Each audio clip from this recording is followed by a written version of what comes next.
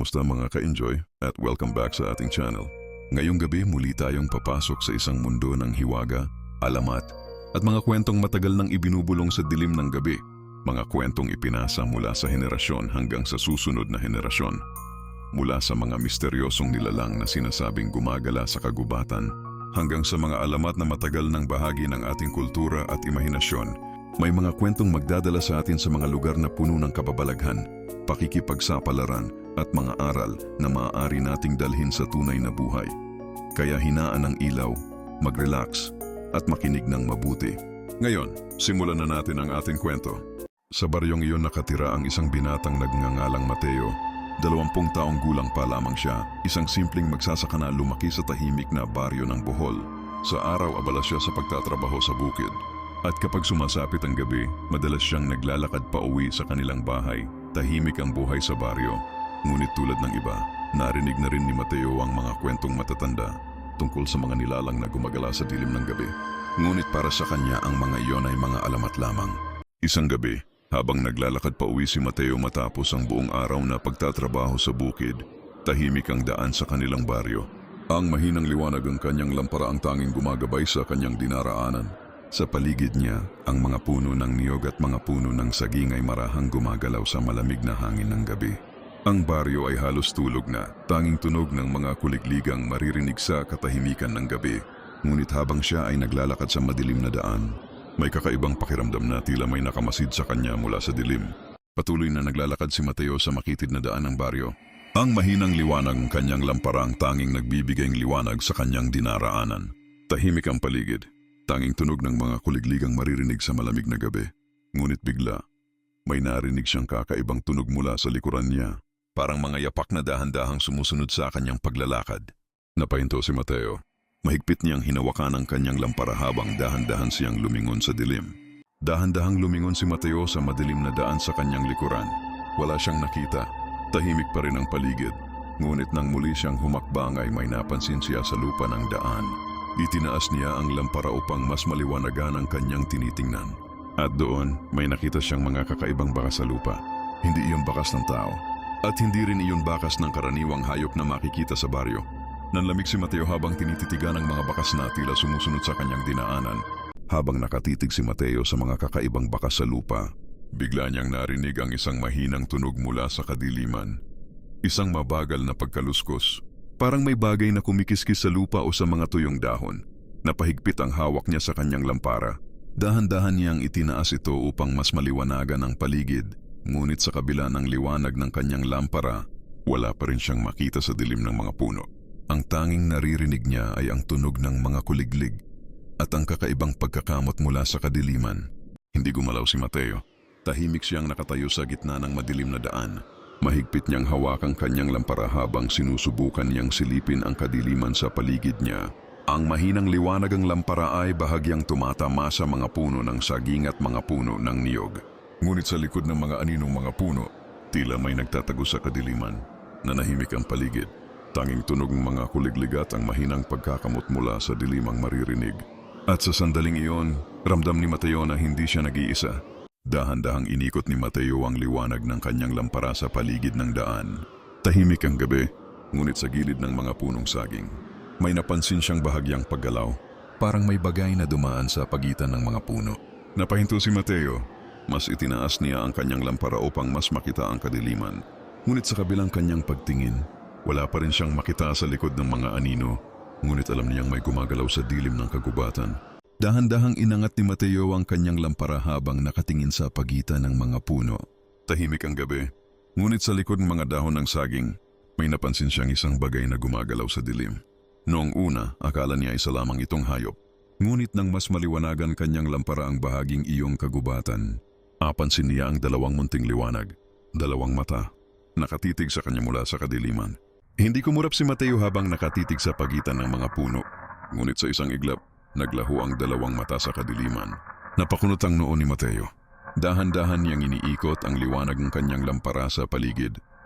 Tahimik ang kagubatan, ngunit bigla, may narinig siyang isang tunog mula sa kanyang likuran.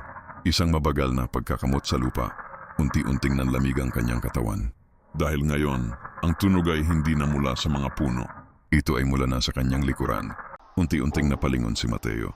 Mahigpit niyang hawak ang kanyang lampara habang dahan-dahan niyang itinataas ito upang maliwanagan ang kanyang likuran. Ang mahinang liwanag ng lampara ay tumama sa lupang makitid na daan. Tahimik ang gabi. Ngunit ang kakaibang pagkakamot ay patuloy pa rin na maririnig mula sa dilim. Napakagat sa labi si Mateo habang pinipilit niyang makita kung ano ang nasa likod niya. Ngunit sa kabilang liwanag ang kanyang lampara, wala pa rin siyang makita sa kadiliman. Dahan-dahang itinuon ni Mateo ang liwanag ng kanyang lampara sa likod niya. Pilit na hinahanap kung saan nagmumula ang kakaibang tunog na kanina pa niya naririnig sa dilim. Tahimik ang paligid, ngunit nang tumama ang liwanag ng lampara sa lupa ng daan, napansin niyang muli ang mga kakaibang bakas na kanina pa niya sinusundan. Ngunit sa pagkakataong ito, nanlamig ang kanyang katawan. Dahil ang mga bakas na iyon ay mas malapit na ngayon.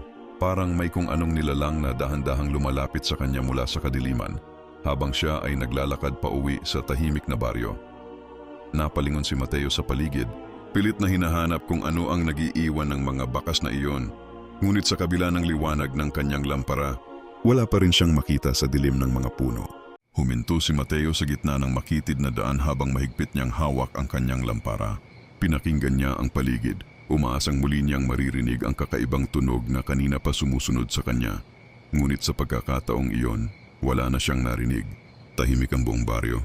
Ang tanging tunog na bumabalot sa gabi ay ang mahinang huni ng mga kuliglig sa paligid ng mga puno ng niyog at saging. Dahan-dahang umikot si Mateo habang itinataas ang lampara upang maliwanagan ang daan sa kanyang paligid. Ngunit sa kabila ng liwanag ng kanyang lampara, ang dilim ng kagubatan ay nanatiling tahimik at walang galaw. Habang nakatayo si Mateo sa gitna ng makitid na daan, nagsimulang bumigat ang pakiramdam ng katahimikan sa paligid niya. Ang kagubatan na kanina lamang ay tila normal at payapa, ngayon ay parang nagbago. Ang mga puno ng niyog at saging ay nakatayo lamang sa dilim, hindi gumagalaw kahit bahagya. Tanging ang mahinang huni ng mga kuliglig ang maririnig sa malamig na gabi.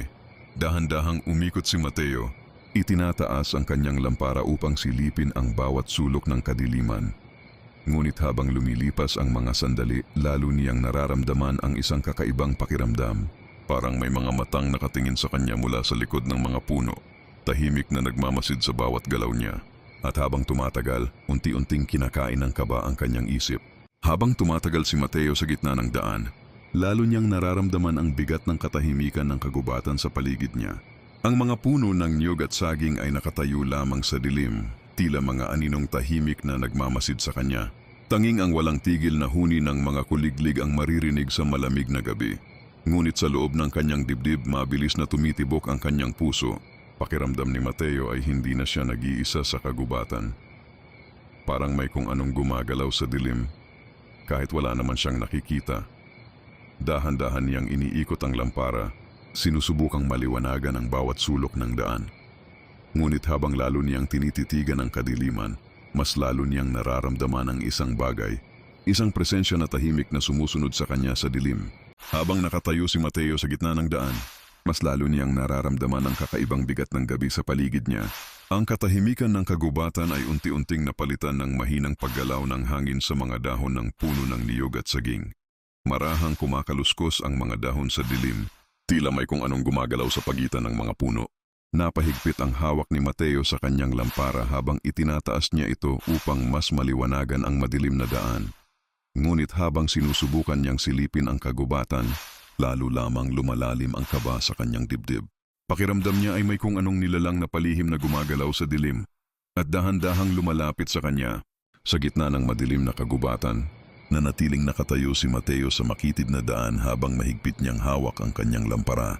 Ang liwanag nito ay bahagyang tumatama sa lupa at sa mga puno sa paligid niya. Ngunit lampas sa liwanag na iyon, puro kadiliman lamang ang nagahari. Tanging ang walang tigil na huni ng mga kuliglig ang bumabalot sa malamig na gabi. Dahan-dahang umikot si Mateo, pilit na sinisilip ang bawat sulok ng kagubatan. Habang tumatagal, lalo niyang nararamdaman ang kakaibang kaba sa kanyang dibdib. Parang may kung anong nakatago sa dilim, tahimik na naghihintay. At habang nakatitig siya sa kadiliman, hindi niya maiwasang isipin na baka may kung anong nilalang na nakatitig din pabalik sa kanya. Habang nakatitig si Mateo sa kadiliman ng kagubatan, bigla niyang napansin ang isang kakaibang galaw sa pagitan ng mga puno ng saging. Napahinto siya sa paghinga habang dahan-dahan niyang itinaas ang kanyang lampara upang maliwanagan ang lugar na iyon. Sa sandaling tumama ang liwanag sa mga dahon, tila may isang aninong mabilis na gumalaw sa likod ng mga puno. Napaatras si Mateo ng isang hakbang, nanlalaki ang mga mata sa takot. Hindi niya malinaw kung ano ang kanyang nakita, ngunit sigurado siya sa isang bagay, may kung anong gumagalaw sa dilim ng kagubatan. Hindi maalis ni Mateo ang kanyang tingin sa mga puno ng saging sa harapan niya. Dahan-dahan niyang itinaas ang kanyang lampara, pilit na sinusubukang silipin ang kadiliman sa pagitan ng mga dahon. Sa mahinang liwanag ng lampara, tila may isang bahagyang galaw sa likod ng mga puno. Napakabagal nito, halos hindi mapansin. Parang may kung anong gumagapang o gumagalaw ng mababa sa lupa. Napaatras si Mateo habang patuloy na nakatitig sa lugar na iyon. Hindi niya tiyak kung totoo ba ang kanyang nakita o baka niloloko lamang siya ng dilim ng kagubatan. Ngunit habang pinakikinggan niya ang gabi, lalong lumalakas ang pakiramdam niya na may kung anong nakatago sa likod ng mga puno. Nakatayo lamang si Mateo sa gitna ng makitid na daan habang nakatutok ang liwanag ng kanyang lampara sa mga puno ng saging sa harapan niya. Hindi siya makagalaw, hindi rin siya makapagsalita. Sa mahinang liwanag ng lampara, muli niyang napansin ang isang bahagyang galaw sa likod ng mga puno. Ngunit sa pagkakataong ito, mas mabagal ang paggalaw nito, napakabagal. Halos parang gumagapang sa lupa. Nanlamig ang buong katawan ni Mateo habang patuloy siyang nakatitig sa kadiliman. Hindi pa rin niya malinaw kung ano ang nasa likod ng mga puno. Ngunit habang tumatagal ang sandaling iyon, lalo niyang nararamdaman na may kung anong nilalang na unti-unting gumagalaw palapit sa kanya sa dilim. Habang patuloy na nakatitig si Mateo sa kadiliman ng kagubatan, muli niyang napansin ang mahinang galaw sa likod ng mga puno ng saging. Ngunit sa pagkakataong ito, mas mabagal pa ang paggalaw nito. Napakabagal, parang may kung anong gumagapang sa lupa sa likod ng mga puno. Hindi gumagalaw si Mateo habang nakatutok ang kanyang lampara sa lugar na iyon. Ang liwanag ay bahagyang sumasayaw sa mga dahon habang ang kadiliman sa likod nito ay nananatiling makapal at tahimik. Nanlamig ang kanyang katawan habang patuloy niyang pinagmamasdan ang galaw sa dilim. Hindi niya malinaw kung ano ang naroon, ngunit isang bagay ang sigurado, may kung anong gumagapang sa kadiliman ng kagubatan. Hindi gumagalaw si Mateo habang patuloy niyang tinututukan ng liwanag ng kanyang lampara ang mga puno ng saging sa harapan niya. Sa pagitan ng mga dahon at anino, muli niyang napansin ang isang bahagyang galaw sa dilim. Ngunit ngayon, mas mabagal pa ito kaysa kanina. Napakabagal, halos parang dahan-dahang dumudulas sa lupa. Hindi malinaw kung ano ang nasa likod ng mga puno. Ang liwanag ng lampara ay hindi sapat upang maabot ang lalim ng kadiliman sa kagubatan. Habang nakatitig si Mateo sa lugar na iyon, unti-unti niyang naramdaman ang isang mabigat na takot sa kanyang dibdib. Parang may kung anong nilalang na tahimik na nagmamasid at naghihintay lamang sa dilim. Hindi pa rin maalis ni Mateo ang kanyang tingin sa kadiliman sa pagitan ng mga puno ng saging. Mahigpit niyang hawak ang kanyang lampara habang pinipilit niyang silipin ang lugar na iyon. Sa mahinang liwanag, muli niyang nakita ang anino sa likod ng mga dahon. Ngunit ngayon, halos hindi na ito gumagalaw. Tahimik, nagmamasid. Nanlamig ang buong katawan ni Mateo habang patuloy siyang nakatitig sa lugar na iyon. Hindi niya alam kung ano ang naroon. Ngunit ramdam niyang may kung anong buhay na bagay na nakatago sa kadiliman ng kagubatan. Habang patuloy na nakatitig si Mateo sa kadiliman ng kagubatan, tila huminto ang lahat sa paligid niya. Ang mga kuliglig lamang ang maririnig sa tahimik na gabi. Ngunit sa isang iglap, may biglang gumalaw sa likod ng mga puno ng saging. Mas mabilis kaysa sa mga nauna niyang nakita. Napaatras si Mateo habang nanlalaki ang kanyang mga mata sa takot. Sa mahinang liwanag ng lampara, tila may isang aninong mabilis na dumaan sa pagitan ng mga dahon. Ngunit bago pa niya ito malinaw na makita, muli itong nawala sa kadiliman ng kagubatan. Matapos ang biglaang galaw na yon, muling bumalik ang katahimikan sa paligid. Tanging ang mahihinang tunog ng mga kuliglig ang maririnig sa madilim na gabi. Mahigpit na hawak ni Mateo ang kanyang lampara habang patuloy siyang nakatitig sa mga puno ng saging sa harapan niya. Ilang sandali ang lumipas hanggang sa muli niyang napansin ang isang bahagyang galaw sa kadiliman. Ngunit ngayon, mas mabagal na naman ito. Parang may kung anong nilalang na dahan-dahang gumagapang sa likod ng mga puno.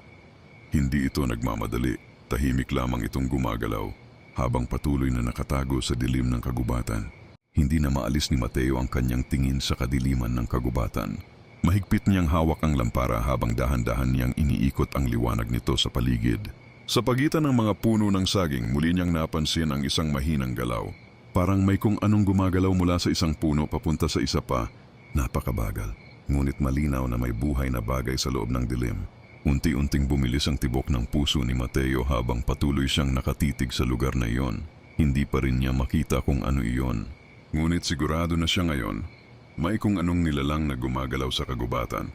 Mahigpit na hawak ni Mateo ang kanyang lampara, habang patuloy niyang tinututukan ng liwanag ang mga puno ng saging sa harapan niya. Ngunit makalipas ang ilang sandali, napansin niya ang isang bagay na mas lalong nagpalamig sa kanyang katawan. Wala na roon ang anino. Ang lugar na kanina lamang ay may gumagalaw sa dilim ay ngayon ay tahimik at walang laman. Dahan-dahang iniikot ni Mateo ang liwanag ng kanyang lampara sa paligid.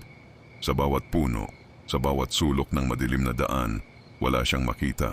Ngunit habang tumatagal ang katahimikan ng kagubatan, mas lalo niyang nararamdaman na hindi siya nag-iisa sa gabing iyon. Dahan-dahang iniikot ni Mateo ang kanyang katawan habang hawak pa rin ang lampara. Hindi niya alam kung bakit, ngunit bigla niyang naramdaman na parang may nakatingin sa kanya mula sa likuran. Mahigpit niyang hinawakan ang lampara habang dahan-dahan niyang itinutok ang liwanag sa madilim na daan sa likod niya. Tahimik ang kagubatan. Tanging ang mga kuliglig lamang ang maririnig sa paligid. Wala siyang makita sa pagitan ng mga puno. Ngunit habang tumatagal ang sandaling iyon, lalo niyang nararamdaman na may kung anong bagay na malapit lamang sa kanya sa dilim. Habang nakatayo si Mateo sa gitna ng madilim na daan, pakiramdam niya ay tila mas lumalalim ang katahimikan ng kagubatan. Ang hangin ay bahagyang gumagalaw sa mga dahon ng saging, ngunit tila wala ng ibang buhay sa paligid. Ang liwanag ng kanyang lampara ay bahagyang kumikislap habang tinatangay ng hangin ang maliit na apoy nito. Dahan-dahan niyang iniikot ang kanyang tingin sa bawat puno, sa bawat anino na gumagalaw sa dilim, ngunit sa bawat sandali na lumilipas, mas lalo niyang nararamdaman ang mabigat na pakiramdam sa kanyang dibdib. Parang may kung anong bagay na tahimik lamang na nagmamasid sa kanya mula sa kadiliman ng kagubatan. Habang nakatayo si Mateo sa gitna ng madilim na daan, bigla siyang napatigil. May narinig siya, napakahina, halos hindi marinig. Parang may kung anong kumikiskis sa lupa sa loob ng kagubatan. Dahan-dahan niyang inangat ang lampara habang pinipilit niyang pakinggan ang tunog na iyon. Tahimik ang paligid. Tanging ang may hinang tunog ng mga kuliglig ang maririnig sa gabi. Ngunit sa pagitan ng katahimikan na iyon, muli niyang narinig ang mahinang tunog mula sa kadiliman. Isang tunog na tila gumagalaw, dahan-dahan sa lupa ng kagubatan. Habang nakatayo si Mateo sa gitna ng madilim na daan, muli niyang narinig ang tunog mula sa kagubatan. Ngunit ngayon, mas malinaw na ito, isang tunog na tila may kumikiskis sa lupa. Dahan-dahan niyang ibinaling ang kanyang ulo sa direksyon ng tunog habang mahigpit niyang hawak ang lampara. Sa bawat sandaling lumilipas, lalo pang lumalakas ang tunog na iyon sa loob ng kagubatan. Parang may kung anong gumagalaw sa lupa, papalapit sa kanya. Nanlamig ang buong katawan ni Mateo habang patuloy siyang nakikinig sa kadiliman. Dahil ngayon, alam na niyang hindi iyon bunga ng kanyang imahinasyon. Habang patuloy na nakikinig si Mateo sa madilim na kagubatan, unti-unti niyang napansin na tila humina ang tunog ng pagkiskis sa lupa. Ngunit kapalit nito, may narinig siyang mas nakakatakot. Isang napakahinang paghinga, napakabagal, at tila napakalapit. Nanigas si Mateo sa kanyang kinatatayuan habang mahigpit niyang hawak ang lampara. Hindi siya makagalaw, hindi rin siya makalingon. Sa sandaling iyon, malinaw na naramdaman ni Mateo na may kung anong nilalang na nasa likod lamang niya sa kadiliman. Habang nakatayo si Mateo sa gitna ng madilim na daan, tila huminto ang oras sa paligid niya. Hindi na niya marinig ang hangin, ni ang galaw ng mga dahon. Tanging ang mahihinang tunog ng mga kuliglig ang nananatili sa gabi. Ngunit pagkatapos ng ilang sandali, may narinig siyang ibang tunog. Isang napakahinang paghinga, napakabagal at tila napakalapit. Nanigas ang katawan ni Mateo habang mahigpit niyang hawak ang kanyang lampara. Hindi siya makagalaw, hindi rin siya makalingon. Dahil sa sandaling iyon, malinaw niyang naramdaman na may kung anong nilalang na nakatayo lamang sa likod niya sa kadiliman ng kagubatan. Nanigas si Mateo sa kanyang kinatatayuan habang malinaw niyang naririnig ang mahinang paghinga sa likod niya. Napakabagal, ngunit tila napakalapit. Mahigpit niyang hinawakan ang lampara habang pilit niyang pinapakalma ang sarili. Hindi siya sigurado kung handa na ba siyang harapin kung ano man ang nasa likuran niya. Ngunit alam niyang hindi siya maaaring manatiling nakatalikod habang buhay. Dahan-dahan, unti-unti, Sinimulan niyang ilingon ang kanyang ulo patungo sa kadiliman sa likod niya. Nanigas si Mateo sa kanyang kinatatayuan habang malinaw niyang naririnig ang mahinang paghinga sa likod niya. Napakabagal, ngunit tila napakalapit. Mahigpit niyang hinawakan ang lampara habang pilit niyang pinapakalma ang sarili. Hindi siya sigurado kung handa na ba siyang harapin kung anuman ang nasa likuran niya. Ngunit alam niyang hindi siya maaaring manatiling nakatalikod habang buhay.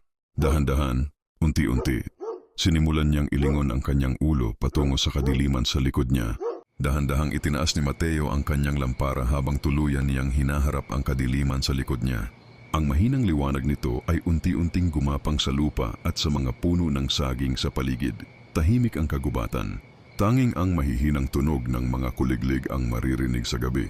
Ngunit sa pagitan ng katahimikan na iyon, naroon pa rin ang mahinang paghinga mula sa dilim. Pinilit ni Mateo na silipin ang bawat anino sa pagitan ng mga puno.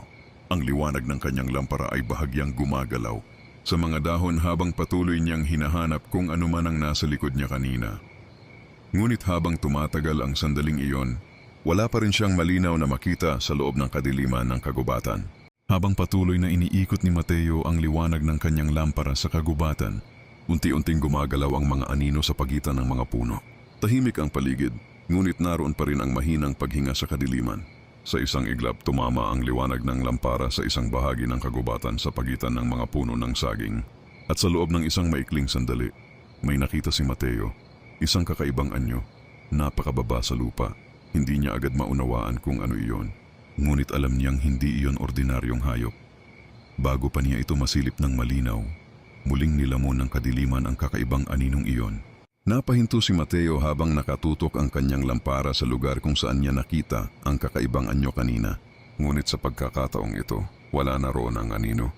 Wala siyang makita kundi ang mga puno ng saging at ang madilim na lupa sa ilalim ng mga ito. Unti-unting bumilis ang tibok ng kanyang puso dahil alam niyang malinaw ang nakita niya kanina. Mayroong bagay na naroon sa pagitan ng mga puno. Ngunit ngayon, tila ba bigla itong naglaho sa loob ng kadiliman ng kagubatan. At sa sandaling iyon, lalo niyang naramdaman na hindi siya nag-iisa sa gitna ng gabi. Habang patuloy na nakatingin si Mateo sa lugar kung saan nawala ang kakaibang anino, muli niyang narinig ang pamilyar na tunog, isang mahinang pagkaskas. Ngunit sa pagkakataong ito, hindi na ito nagmumula sa pagitan ng mga puno ng saging sa kanyang harapan. Dahan-dahan siyang napalingon sa kabilang direksyon ng daan. Unti-unti niyang itinapat ang liwanag ng kanyang lampara sa madilim na bahagi ng kagubatan.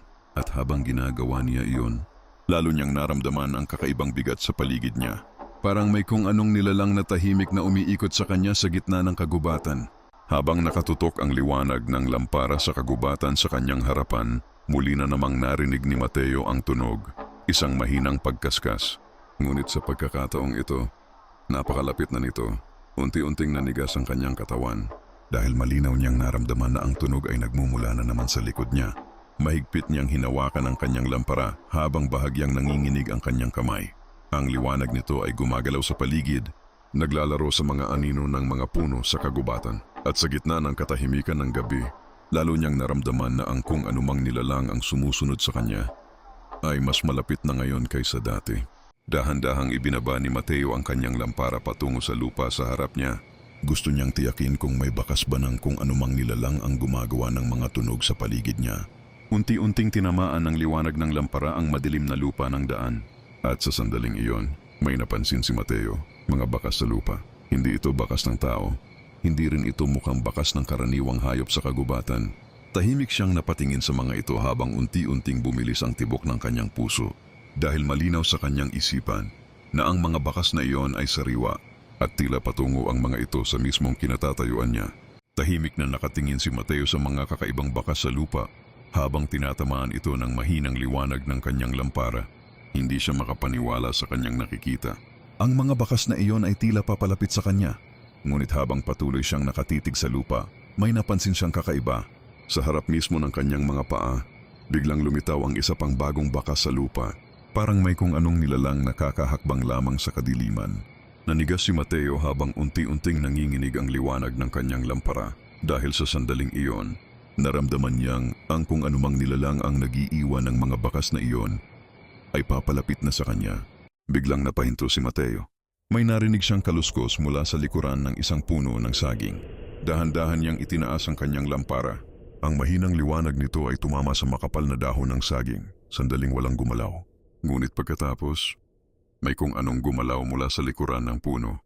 Isang maitim na anyo ang unti-unting lumitaw mula sa kadiliman. Mababang gumagapang sa lupa. Dahan-dahan, parang sinusubukang manatiling nakatago. Nanigas si Mateo sa kanyang kinatatayuan. Habang ang kakaibang nilalang ay patuloy na lumalabas mula sa likod ng puno ng saging. Ngunit hindi pa rin niya lubos makita kung ano iyon. Unti-unting lumabas ang nilalang mula sa likod ng puno ng saging. At sa wakas, tinamaan ito ng liwanag ng lampara ni Mateo. Nanlaki ang kanyang mga mata. Ang nilalang na nasa harapan niya ay hindi pangkaraniwang hayop. Maliit ang katawan nito ngunit kakaiba ang hugis. Nakabaluktot ang likod nito na parang laging handang umatake. Mahahaba at payat ang mga paa nitong nakayuko sa lupa. Mayroon itong malalaking tainga at mahabang buntot na nakalawit sa lupa. Ang balat nito ay maitim at tila magaspang. Isang nakakatakot na nilalang ng kagubatan. Nanigas si Mateo sa matinding takot. Dahil sa sandaling iyon, alam na niya kung ano ang nasa harapan niya. Isang nilalang na matagal nang pinag-uusapan sa mga kwento ng matatanda. Isang sigbin. Naninigas sa takot si Mateo habang nakatitig sa nilalang sa kanyang harapan. Sa liwanag ng kanyang lampara, malinaw na niyang nakikita ang kakaibang anyo ng sigbin. Ang maliit nitong katawan ay nakabaluktot na parang isang mabangis na hayop. Mahahaba ang mga paa nitong nakayuko sa lupa. Ang mahabang buntot nito ay marahang kumikiskis sa lupa habang ito'y gumagalaw. Ngunit hindi nagtagal, may napansin si Mateo na mas nakakatakot. Unti-unting gumalaw ang nilalang. Isang hakbang, pagkatapos ay isa pa, dahan-dahang lumalapit ang sigbin sa kanya. Napaatras si Mateo habang mahigpit na hawak ang kanyang lampara. Habang papalapit ang nilalang, lalo ring bumibilis ang tibok ng kanyang puso. Nanlaki ang mga mata ni Mateo. Dahil sa isang iglap, biglang sumugod ang sigbin. Isang mabilis na anino ang tumalon mula sa dilim. Napaatras si Mateo habang nanginginig sa matinding takot. Halos mabitawan niya ang kanyang lampara habang sinusubukan niyang umiwas. Narinig niya ang matinis na ungol ng nilalang habang ito'y papalapit. Mabilis, mabangis, at tila handang umatake anumang sandali. Sa sandaling yon, isa lamang ang nasa isip ni Mateo. Kailangan niyang makatakas. Sa sandaling yon, hindi na nagatubili si Mateo. Bigla siyang tumakbo. Mabilis, habang mahigpit na hawak ang kanyang lampara. Halos hindi niya maramdaman ang lupa sa ilalim ng kanyang mga paa habang siya'y nagmamadaling makatakas. Ang malamig na hangin ng gabi ay dumadampi sa kanyang mukha habang siya tumatakbo sa makitid na daan ng sagingan. Ngunit kahit gaano siya kabilis, may naririnig pa rin siyang kasunod. Isang mababang ungol mula sa dilim at ang tunog ng mga paa na mabilis na kumikiskis sa lupa. Alam ni Mateo na hindi siya nag-iisa sa gabing iyon at habang siya'y patuloy na tumatakbo, mas lalo niyang nararamdaman na ang nilalang ay patuloy na humahabol sa kanya sa loob ng madilim na sagingan. Habang patuloy na tumatakbo si Mateo sa makitid na daan ng sagingan, bigla siyang nadapa. Napahandusay siya sa lupa habang halos mabitawan ang kanyang lampara. Sandaling gumulong ang lampara sa lupa bago niya ito agad na hinawakan muli. Ang ilaw nito ay kumikislap habang nanginginig ang kanyang kamay. Mabilis siyang lumingon sa likuran. Sa pagitan ng mga puno ng saging, may nakita siyang gumagalaw sa dilim. Naroon pa rin ang nilalang. Dahan-dahan itong papalapit. Ang mababang ungol nito ay unti-unting lumalakas sa katahimikan ng gabi. At sa sandaling iyon, napagtanto ni Mateo na maaaring hindi siya makatakbo ng mas mabilis kaysa sa nilalang na iyon. Mabilis na gumapang si Mateo papunta sa likod ng isang makapal na puno ng saging. Pinilit niyang pigilan ang kanyang paghinga upang hindi siya marinig ng nilalang. Dahan-dahan niyang inilapag ang kanyang lampara sa lupa. Ang mahina nitong ilaw ay kumikislap sa pagitan ng mga dahon ng saging. Sa nanginginig niyang kamay, may napulot siyang makapal na sanga mula sa lupa. Mahigpit niya itong hinawakan. Kung sakaling lumapit ang nilalang, handa siyang ipagtanggol ang kanyang sarili. Tahimik ang paligid ng sagingan, ngunit sa pagitan ng mga puno, tila may gumagalaw sa dilim. At habang nakatago si Mateo, ramdam niyang may kung anong nagmamasid sa kanya mula sa kadiliman. Sa matinding takot na paatras si Mateo, habang pilit niyang iniiwasan ang papalapit na nilalang, bigla niyang nasagi ang kanyang lampara. Bahagya itong natumba sa lupa. Ang apoy sa loob nito ay kumislap at unti-unting humina ang liwanag. Sa mahinang ilaw ng lampara, lumitaw ang nakakatakot na anyo ng sigbin mula sa kadiliman, habang dahan-dahan itong papalapit kay Mateo. Sa mahinang liwanag ng lampara sa lupa, halos ilang hakbang na lamang ang layo ng sigbin. Napaatras si Mateo habang nanginginig sa matinding takot. Sa kanyang dibdib, malakas ang tibok ng kanyang puso. Mahigpit niyang hinawakan ang sanga sa kanyang kamay at sa isang iglap, malakas niya itong iwinasiwas patungo sa papalapit na nilalang. Sandaling napuno ng katahimikan ang sagingan. Matapos ang malakas na pagwasiwas ni Mateo ng sanga, biglang natahimik ang paligid. Napatingin siya sa lugar kung saan naroon ang nilalang. Ngunit wala na ito. Sa lupa sa kanyang tabi, mahina nang kumikislap ang apoy ng kanyang lampara. Unti-unti itong humihina habang dumadaan ang malamig na hangin sa sagingan, hanggang sa tuluyan itong namatay. At sa gitna ng madilim na gabi, naiwan si Mateo sa halos ganap na kadiliman. Ganap ng madilim ang paligid. Patay na ang ilaw ng lampara sa lupa. Nakatayo si Mateo sa gitna ng sagingan, habang pilit niyang pinapakalma ang sarili. Ngunit sa gitna ng kanyang takot, may isang kwento ang biglang sumagi sa kanyang isip. Isang lumang kwento ng mga matatanda tungkol sa sigbin. Ayon sa kanila, ang nilalang na ito ay hindi kumakain ng laman ng tao. Sa halip, kumukuha ito ng anino ng tao upang mabuhay. Nang maalala ni Mateo ang kwento ng mga matatanda, lalo siyang kinabahan. Kung ang sigbin ay kumukuha ng anino ng tao upang mabuhay, biglang napatingin sa lupa ang kanyang mga mata. Ngunit sa gitna ng madilim na sagingan, wala siyang makita ni kahit anong anino. Tanging kadiliman lamang ang bumabalot sa kanyang paligid. Habang unti-unting bumabalik ang katahimikan ng gabi, napatingin si Mateo sa lamparang nakahandusay sa lupa. Ang lamparang minsang nagbigay liwanag sa kanyang daraanan. Ngunit marahil, ang liwanag ding iyon ang lumikha ng aninong nakita ng sigbin.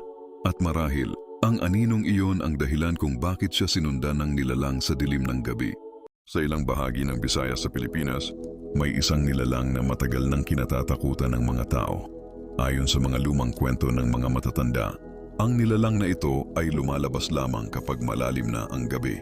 Tahimik itong gumagalaw sa dilim at bihirang makita ng tao. Tinatawag nila itong sigbin. Sinasabi ng iba na ito ay kahawig ng isang aso, ngunit kakaiba ang anyo. Maliit ang katawan, baluktot ang likod, at ang mga mata nito ay kumikislap sa kadiliman. May mga paniniwala rin na ang sigbin ay hindi basta hayop. Ayon sa mga kwento, ito raw ay alaga ng mga mangkukulam at ginagamit sa kanilang madilim na kapangyarihan. Sa ilang baryo sa Visayas, may mga nagsasabing hanggang ngayon ay gumagala pa rin ang nilalang na ito sa dilim ng gabi. At para sa karamihan ng mga tao, ang sigbin ay isa lamang alamat. Ngunit sa isang maliit na baryo sa Bohol, may isang gabi na magpapatunay na ang alamat na ito ay maaaring totoo. Mga ka-enjoy, welcome sa pagtatapos ng ating kwento ngayong gabi. Kung nagustuhan ninyo ang kwentong ito, huwag kalimutang pindutin ang like button, mag-subscribe sa ating channel, at pindutin ang notification bell para hindi ninyo ma-miss ang ating mga susunod na kwento. At kung nagustuhan ninyo ang video na ito, i-share ninyo ito upang mas marami pang makarinig ng ating mga kwento. Kung may mga kwento kayong gustong marinig or nais ninyong isuggest, mag-comment lamang sa ibaba. Baka sa susunod na video ay maitatampok namin ang inyong kwento. Maraming salamat sa inyong pakikinig. Hanggang sa susunod nating kwentuhan, mag-ingat kayo at magandang gabi.